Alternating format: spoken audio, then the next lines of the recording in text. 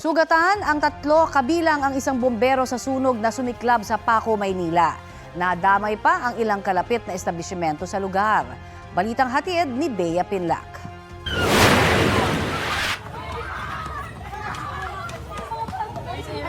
Sumisigaw at umiiyak na sa takot ang ilang residente ng Barangay 664A sa gitna ng sunog na lumamon sa tinitira nilang 2-story building sa Paco, Maynila kaninang madaling araw. Maririnig pa ang ilang pagputok mula sa sunog. Nabalot ng makapal na usok ang lugar. Nasa 10 pamilyang nawala ng tirahan ayon sa Bureau of Fire Protection.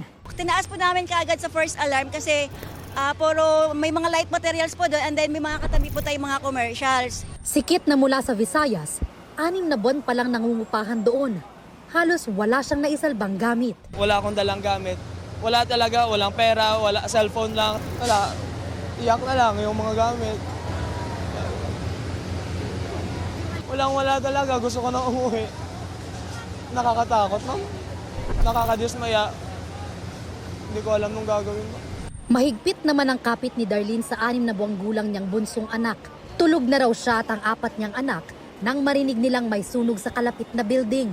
Kaya kahit hindi pa inaabot ang bahay nila, lumikas na agad silang mag-iina. Ninenervyos, natatakot na. Ang importante po, ligtas lang yung mga anak ko, tapos nakalabas kami.